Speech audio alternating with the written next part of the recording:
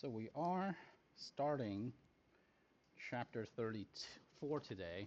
I'm hoping to actually get through enough material so we can actually do a worksheet on index of refraction. So we'll see how far we can get today. We may or may not get to the worksheet today, okay? So last time, right, we talked about the ray model of light, right? And the idea of ray model of light is that, well, if the wavelength of the light, well, actually this equation, right, this critical distance, right, square root of 2 lambda L, right, if this number is for visible light, if it's about a millimeter, so that means this little slit here is wider than a millimeter, you can just treat the light as a ray and don't worry about the interference and the wave nature of light where it does this diffraction stuff, right?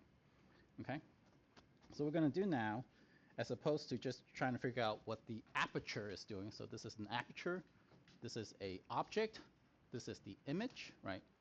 Right? Object, aperture, image. Okay.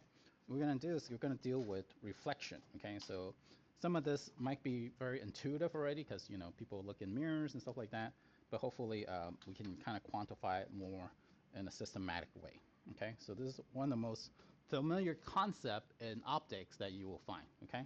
So if you have some light that's coming in, right, these little purple rays, right, come down, right, you expect that, well, it's going to bounce up, right, bounce off this light is going to bounce away from it. Okay, in fact, what we're going to do is we're going to declare a plane that is going to be normal to the surface. Okay, so this is the normal surface. Ooh, I changed all the pen width, didn't I? Okay, this is the normal vector of the surface. So you guys are probably familiar with this when we did Gauss's law and Ampere's law and stuff like that, where we have this normal surface situation, right? And we're gonna kind of just make this kind of the perpendicular to the surface itself, right? And what happened is that when you have a mirror where the light just reflects, what happened is that the incident angle, the angle relative to the normal, meaning this angle here, is going to be the same thing as the reflected angle, right? Hopefully that's not a big surprise, okay? Whatever angle the light comes out, it just kind of bounces off of away from on the opposite side of the normal vector, right? So light comes in, right? This is the normal vector, and it'll just bounce away, right? And the reason we're declaring it to the normal vector as opposed to the surface is that this will actually become more useful when we deal with refraction in a little bit later in this lecture today.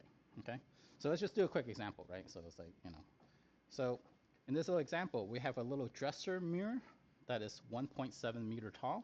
Okay, the bottom is 1.5 meters above the floor, right? We have some light bulb hanging 1 meter away from the closet, 2.5 meters up above the floor. So a lot of these problems is just like figuring out what the hell is he talking about, right? Right. So the important thing is the setup, where you're going to do a little drawing, right, of the problem. Okay, so I'm going to try to figure out, okay, what is this problem trying to tell me? Okay, so we have a mirror. I'm going to draw the mirror in blue, right? That's 1.5 meter tall. Okay, so that's, you know, let's just draw it like that, right? You want to call that like L or something like that. Okay, and the bottom is 0.5 meters from the floor. That means if you keep going on about half a meter, right, let's just call that H or something like that, right? This is the floor, right? Okay, and there's some light bulb up here. Let's draw that in red, right? Okay, that hangs 1 meter away from the closet door. So sorry, I actually should have put it closer. Okay, right, so this distance here, right, let's call that, we can just start using letters because there's going to be a lot of distances, right? 0, 0. Okay, that distance here is 1 meter. Okay, and it's actually 2.5 meters above the floor. Okay, so the distance to the floor, right, let's call that B, right? This is 2.5 meters. Okay, right. And the problem is asking for, oh, what is the streak, what is the length of the streak of light that's going to be reflected off the mirror onto the ground here. So let's do that in like maybe green here, right? So, you know, the light's going to hit the top of the mirror and then bounce light down here and then hit the bottom mirror and bounce light down here, right? And there's going to be some, you know, streak of light. You've probably seen these, right? Where it's just a bright spot on the floor from the light from above, right? So how do we figure out the length of this, okay? So let's call that length capital L because that's what we're trying to figure out, right? All right. So just by the principle of, you know, things that bounces off mirror comes in at the same angle as it comes out, right? What we can say is that, well, this light here, let's do that in purple, right? This light here, right? Whatever light comes out here, right? It's going to hit the top of the mirror, even though I missed the top of the mirror. I'm going to try again, right? It's going to bounce off here at the same outward angle, right? Relative to the normal, okay? Theta incident and theta reflected is the same, okay? That tells you where this end of the streak is going to be, right? But there's also another side of this, right? Where if we have, let's see, what color is good? Let's do that in green, okay? Where the rays that hits, ooh, I can't draw it all. It's really hard.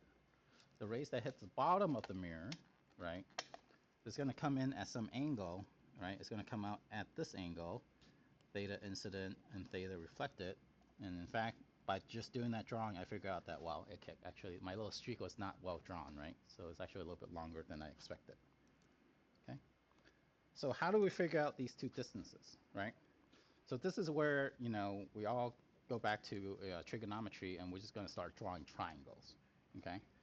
So what happened is that, well, right, since this is 0.5 meters, right, and this is 1.5 meters, up to here is actually 2 meters, right? So that means from the top of the mirror to the roof, to the ceiling, is also actually half a meter, right? Okay, so we can use a bunch of triangles here, okay? Since this is 1 meter away, right, we can actually figure out what theta incident is. Theta incident, right, this is going to be the same angle because they're parallel lines, right? Okay, by just taking trying to figure out what this angle is, and we have this length and this length, so that's opposite and the adjacent, right? So we actually want the tangent function, so this is where we start solving the problem, okay? So tangent, I'm going to have two different theta, so I'm going to call this 1, right? I'm going to call this 2 because there's actually two different angles I have to deal with, okay? All right, tangent of theta incident 1, right? That's going to be 0.5 divided by 0.00, right?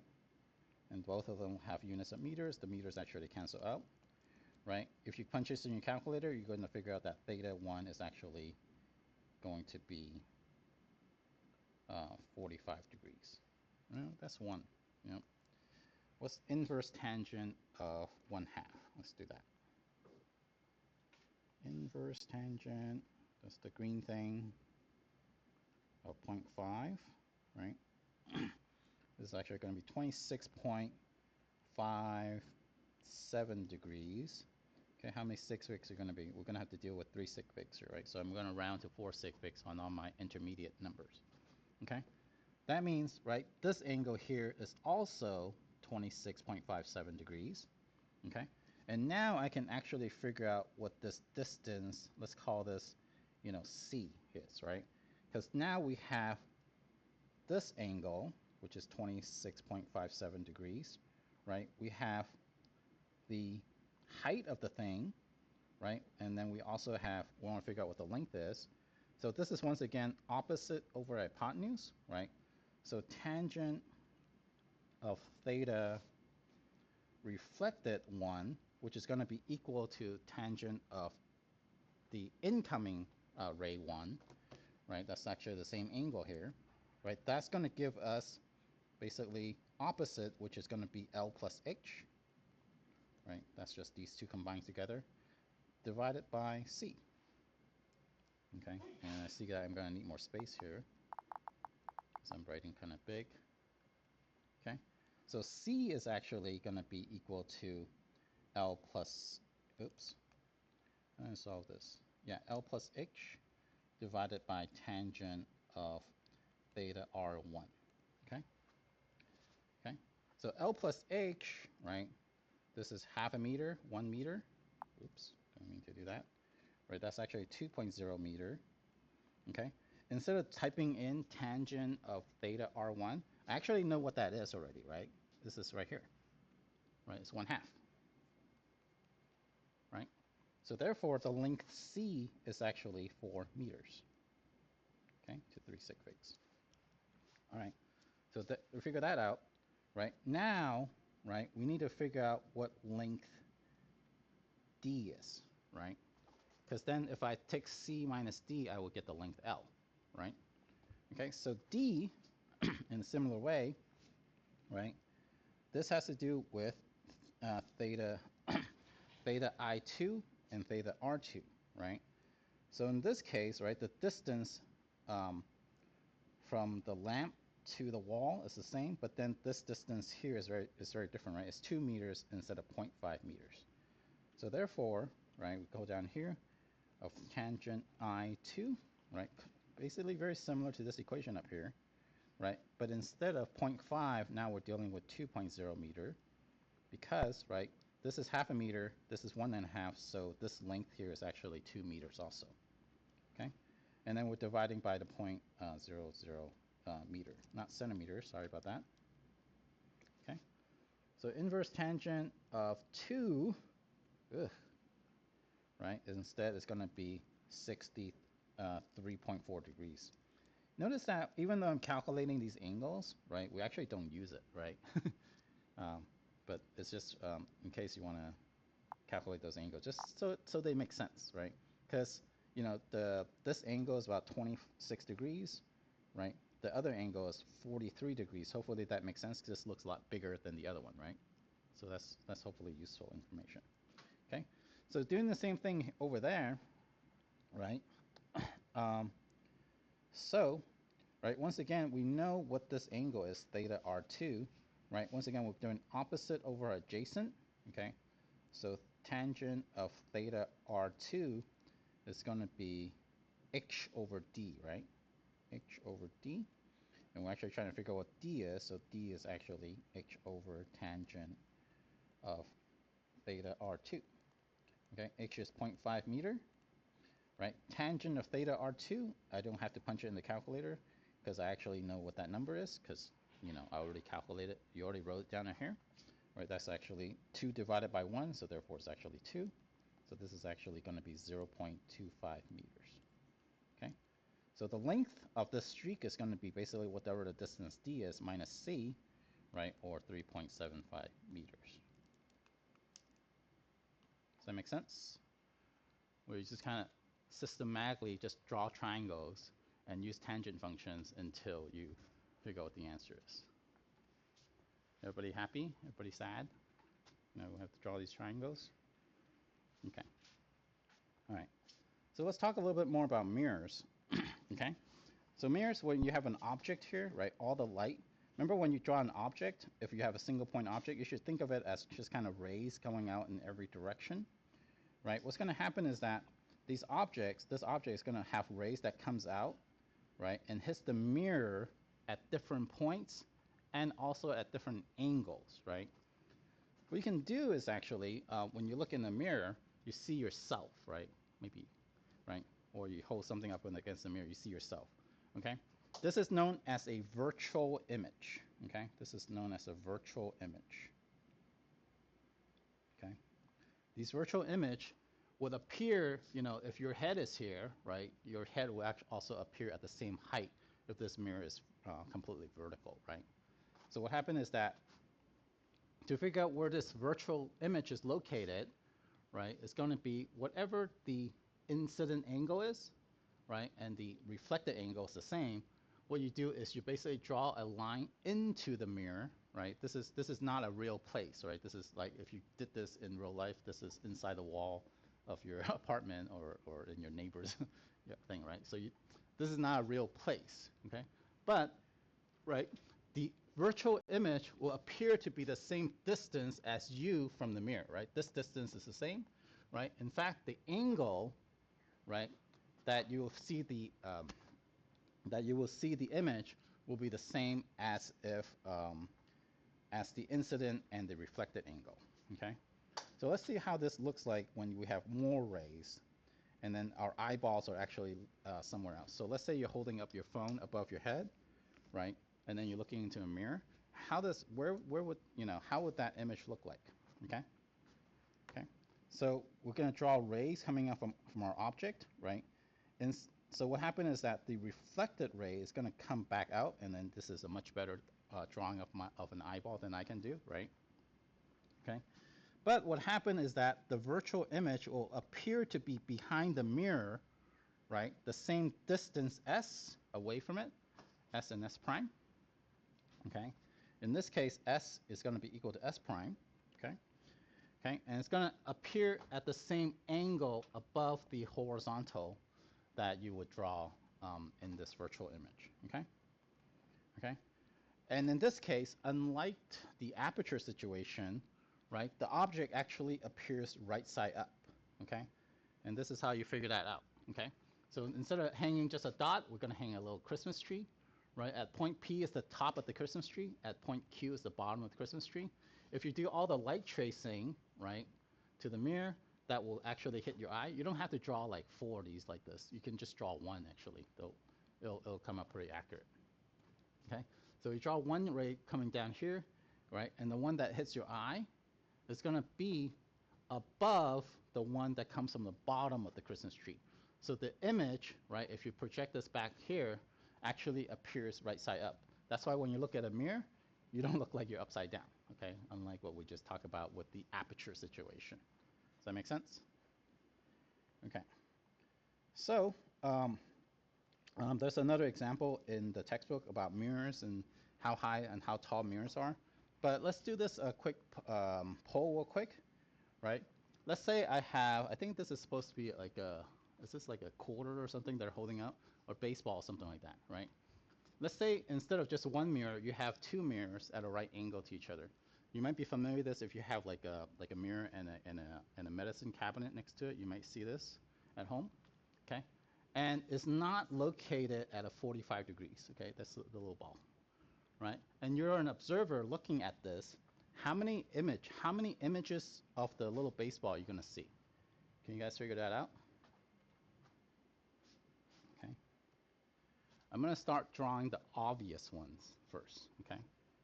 So what I'm going to do is I'm going to take this line, and then I'm going to draw I'm going to draw one here, right?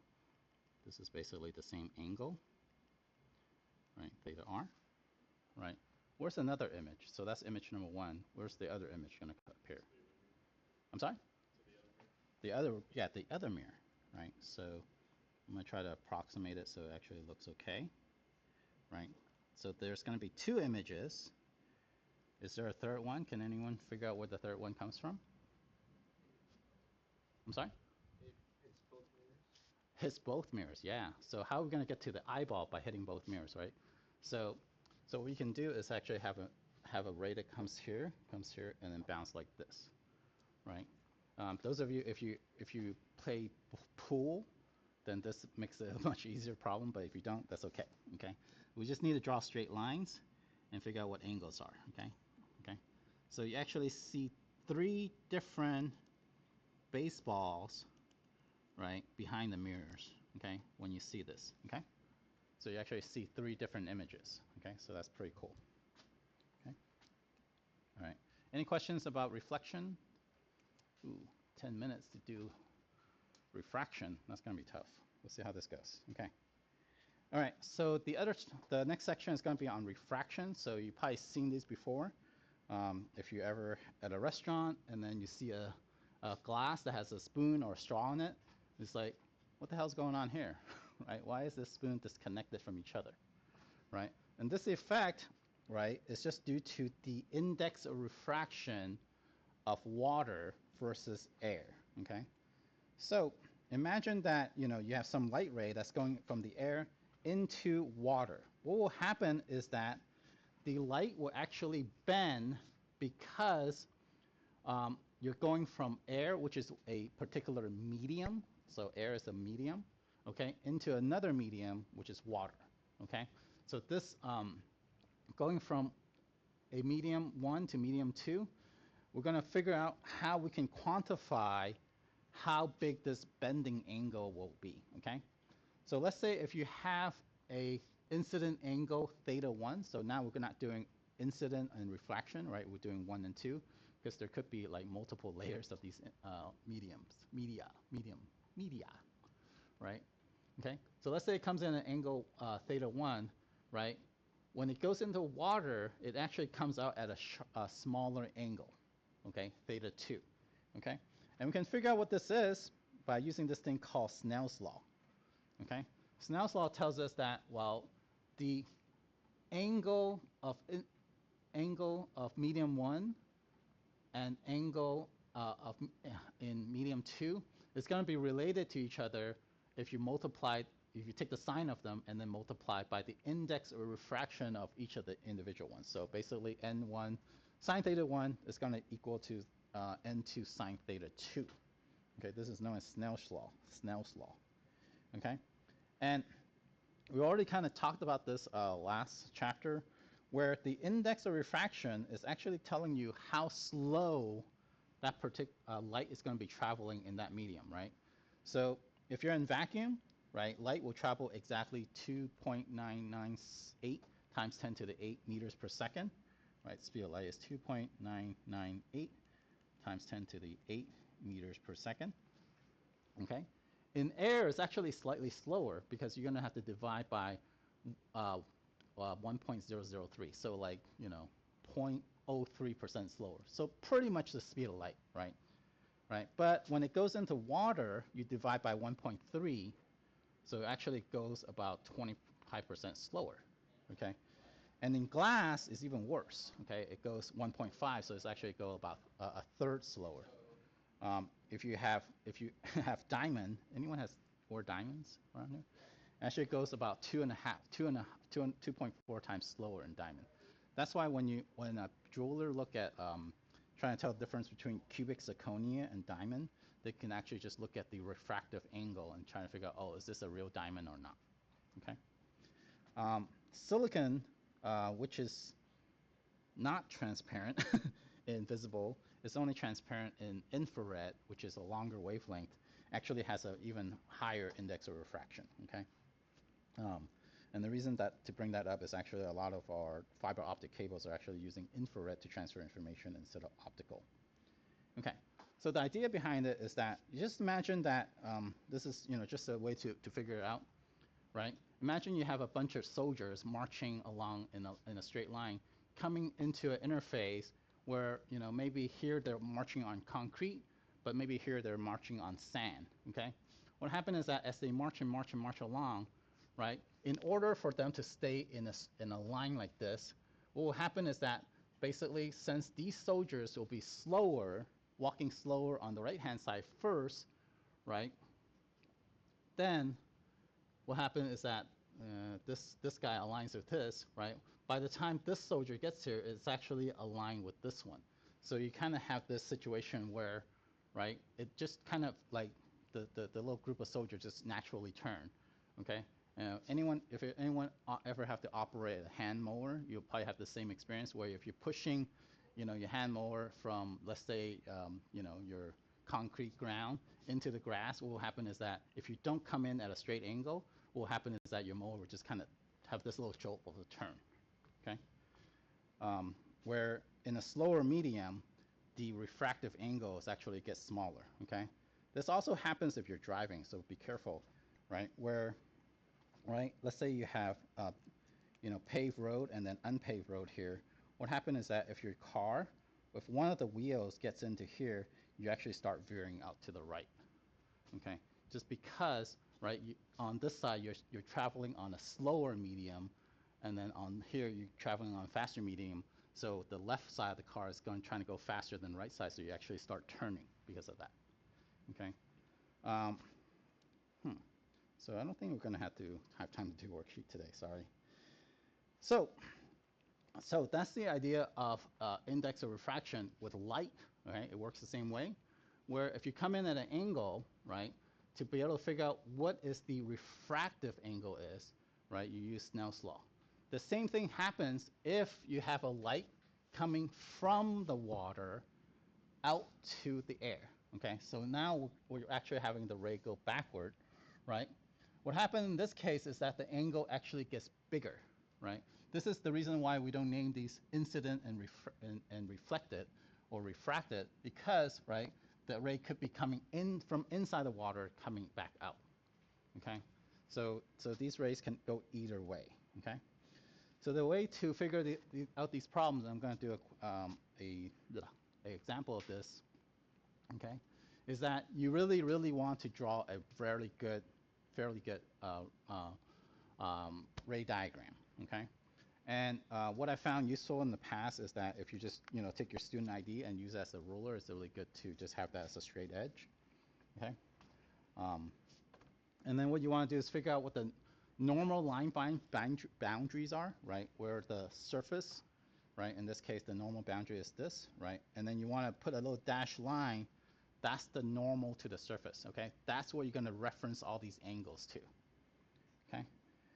And then show that these rays are bending, and then figure out what the angles are by using Snell's law, right? And that way you can actually figure out what these values are, okay? All right, I'm going to do an example straight from the textbook because it's actually kind of a fun example. It's actually very similar to the worksheet that we're dealing with, okay? So let's say we have some laser beam that's coming in through a 1 centimeter thick piece of glass, okay? So what we want to think about is that while the index of refraction of glass is 1.5, okay, index of refraction of air is basically 1, okay? So 1.0003, okay? That's not going to matter in these calculations to only 3 sig figs, okay? And then what they want you to figure out is what is the direction of the laser beam when it's inside the glass, okay? And then what is the direction of the laser beam when it exits the glass, okay? And how far do they get displaced from each other, right? So they're going to bend as if, okay? So what we want to do is actually apply Snell's law to find the angles on the glass, and then on the other side, and use a lot of geometry to figure out how much the laser gets displaced, okay? That's usually the hardest part, okay? Because that requires you to draw a bunch of triangles instead of just plugging in a bunch of equations, okay? So let's work on part A first, okay? All right, part A, we're trying to figure out what the angle inside here is. So the diagram, call it theta 2. You can call it whatever you want, but I feel like, if the ray is coming in, you should call that 1, and then the first time it bends, right, call that 2. Third time it bends, call it 3. It just makes your life a lot easier, right? Okay? Okay. So using Snell's law, we can have n1 sine of theta 1, right, equal to n2 sine of theta 2. Okay, so just write that down right away. Okay, so we know what theta 1 is. Okay, theta 1 is actually not 30 degrees, it's actually 60 degrees, right? This is actually the complement of that right angle. Okay, yeah, it's getting blurry. Index of refraction of air we know. Index of glass we know. Okay, so the only thing that's missing in this equation is theta 2, so let's solve for theta 2. Theta 2 is going to be inverse sine of, I'm going to try to do this algebra properly, n1 over n2 sine of theta 1. You guys see how I did that? You can do it in multiple steps if you want, okay? Don't be scared about of these inverse sine function, okay? They're just sine functions, but you just type in a different number in the calculator. One thing to be careful though, okay? If your calculator is in degrees mode, right, this will also come out as the answer in degrees, okay? All right, so let's punch out in the calculator. In fact, actually, I think I took a picture of the solution I already wrote out. Okay, so theta 2, if you punch this in your calculator, is actually going to be 35.3 degrees, okay? Okay, hopefully that makes sense, right? The laser came in at 60, it's going to bend, so it's going to make a smaller angle, and 35 is smaller than 36. Sorry, 60, right? So hopefully that makes sense. Okay, so that's theta 2. So part B asks you for basically theta 3. Oh, sorry, theta 4, right? What is that equal to? Okay, so now we're dealing with this interface here, where it's going from glass out to air, right? So it's going to bend, but it's going to make a bigger angle instead. Okay, so Snell's law is going to tell us that, well, okay, n2 sine of theta, I'm going to write theta 3 here, right, because I'm not sure theta 1, theta 2, and theta 3 are actually the same, but in fact they are, right? So these are two parallel lines to each other, right? Therefore, a line between them will make the same angle, right? So in fact, I can actually replace this with theta 2, which we just figured out, okay? And then the index of refraction of out here is also air, right? And this is going to be sine of theta 4, which is the angle that we're trying to figure out when the laser beam leaves the glass, okay? Right? And then once again, solving for this, right, theta 4 is going to be inverse sine of n2 over n1, okay? Basically sine of theta 2, okay? If you type this in your calculator, you're going to find that it's actually going to come out at exactly 60 degrees again, which is sort of neat. You guys see that? Okay, right, okay. This angle and this angle actually is the same, okay?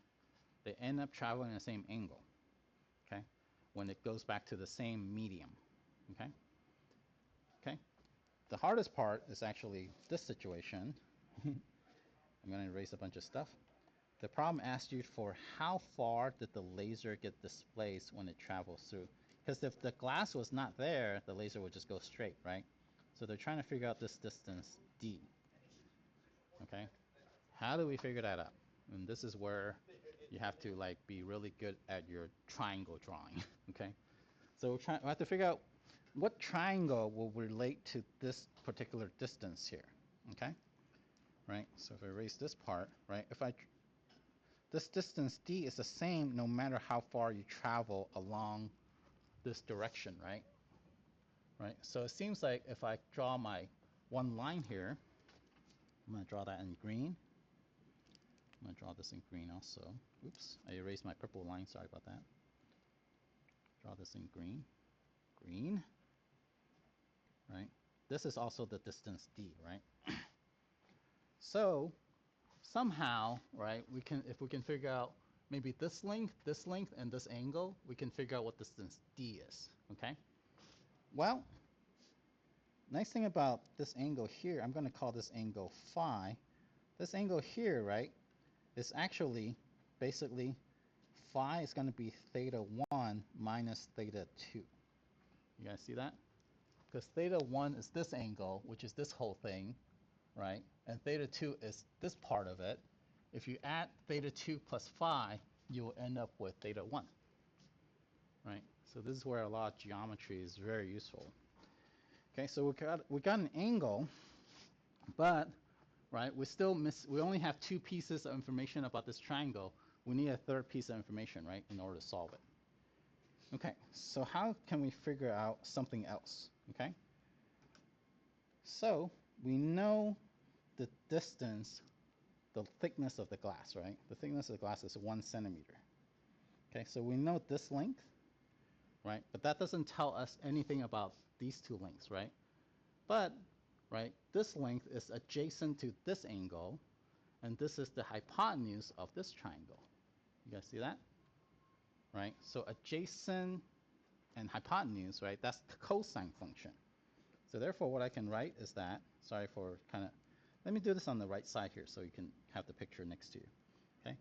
Cosine of theta 2 is actually whatever this length happens to be, I'm going to call that L, right? It's going to be L divided by, right? No, opposite of, sorry, adjacent adjacent is the 1 centimeter, right? This is the adjacent. So don't get your thing mixed up, right? And divided by a hypotenuse, which is L. Okay, so L is actually 1 centimeter divided by cosine of theta 2. Okay, and we can actually calculate what that is. Let me get my thing out. 1 divided by cosine, and theta 2 was 35.3 degrees. Okay, right? L is actually 1.225. Okay, and we're just carrying it to 4 sig figs so we can round properly. Okay, hopefully that makes sense, right? Since this is a hypotenuse, it'll be slightly longer than the adjacent, right? All right, so how do we, so now we have this length, this D. Well, we're trying to figure out what this D is. We know what this angle is, right?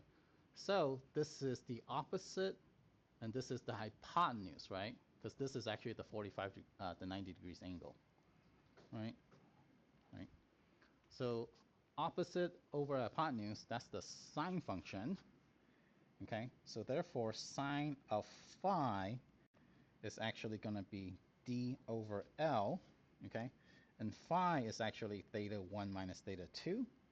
So therefore, if we solve for this distance d, it's actually going to be L times sine of theta 1 minus theta 2. Okay, if you just crunch this in your calculator, let's do that. Right, times sine of theta 1 is 60 degrees, and theta 2 is 35.3. Okay, punch this in your calculator. Right, you get a D of 0.512, 3 sig figs? Yeah, 2 sig figs, centimeters. Okay, and that's how far the laser will get displaced when it exits the glass. Okay? Make sense? Right? Snell's law, know all your triangles, know all your sines, cosines, and tangents, because you're going to need them all. Okay? Right. Any questions? Okay. We're going to play around with this tomorrow when we come in, because I think 8 minutes is not going to be enough to do the worksheet today. So I'm going to just cover a little bit more. Okay? There's another example here where you actually you have a laser entering a prism instead, and it'll actually bend in a particular angle depending on the waveform. Okay. What I want to cover before we end today is also this idea of total internal refraction. Okay. All right. So if we look at these 3 different lights, so the red light comes in here, gets bent, right? Same thing as what we just did our example on, right? The yellow light does the same thing, right? The blue light comes in here, it gets bent, it doesn't go out. Okay? So what the heck is going on there? Right? It gets bent. Instead of getting bent again, it reflects instead. Okay? This effect is called the total internal reflection. Okay? So I'm going to show you guys. So what happened is that when you have a light beam, right, coming from, let's say, glass, right, and you're coming in at such a shallow angle, right, what happened is that instead of being, because when, let's say this is glass, this is air, right, the angle, right, this is theta 1, we'll call this theta 2, right, and Snell's law relates the two, right, n1 sine of theta 1 equals to n2 sine of theta 2. Okay, what happened is that sometimes what will happen is that this angle gets so big, right, you can actually not increase, right, where it's actually still leaving the medium, where, like, let's say you're at this angle here, right, And then what happened is that it actually goes back inside instead. Okay? Okay? And this is known as the critical angle of refraction. Okay? This is the refractive critical angle. Refractive critical angle. Okay? If you go through the little bit of math, what you will see is that to derive what this critical angle is, it's actually going to be equal to the inverse sine function of n2 over n1. Okay? Remember in this case, right, we're going from glass to air, right? Glass has an index of refraction of 1.5. Air has an index of refraction of 1, okay? So in this case, right, so theta critical is the inverse sine of 1 divided by 1.5, okay? If I have my calculator, I can calculate what that is. Inverse sine, not just the regular sine, okay? Inverse sine, the green one, 1 divided by 1.5, okay? This happens to be about 42 degrees, okay? And that's the critical angle for glass, okay? So anything coming in bigger than 45 degrees is actually going to have total internal reflection instead, okay? Notice that this only happens, okay, if n1 is bigger than n2, right? Right? If n2 is bigger than n1, it's actually, you'll get an error in your calculator, right? Because a sine function is always, whatever this ratio is, it's going to be, has to be less than 1, right? Because inverse sine of anything bigger than 1 is actually mathematically not possible, okay? So this only happens, right, if your index of refraction that you're coming from is bigger than the index of refraction that you're going into, okay? So for example here, right, so if you have a ray that's just coming straight out, it'll just go straight out, right? If you have an angle that's less than the critical angle, right, it's nice to actually draw these vertical lines all the time, right? If it's less than the critical angle, right, it'll still refract, but once you hit the critical angle, what will happen is that instead of refracting to go out, right, it'll actually be reflected, okay? In this case, right, the reflected angle is going to be the same as this critical angle, okay? Right? So this is the reason why you actually see, it's really difficult. Part of the reason why it's hard to see water underneath water is because of the glare, right? Which is what we talked about last chapter when we did polarization. But another reason is that as you go further and further away, whatever object is underwater, right? The angle that come in is getting shallower. Well, it's getting greater and greater. So I'm going to draw this on the side here so you can actually see it. So let's say you have surface of the water here like this, okay? And let's say you have, I don't know, a crab, okay? How many legs a crab have? 8. And then you have a shrimp here. So this is the best you can do, okay? And you're looking at this on the shore, right? Okay. What happened is that if you're looking at, you can probably see the shrimp because what happened is that the ray that comes in at less than the critical angle, so you can actually, those light actually hits your eyes.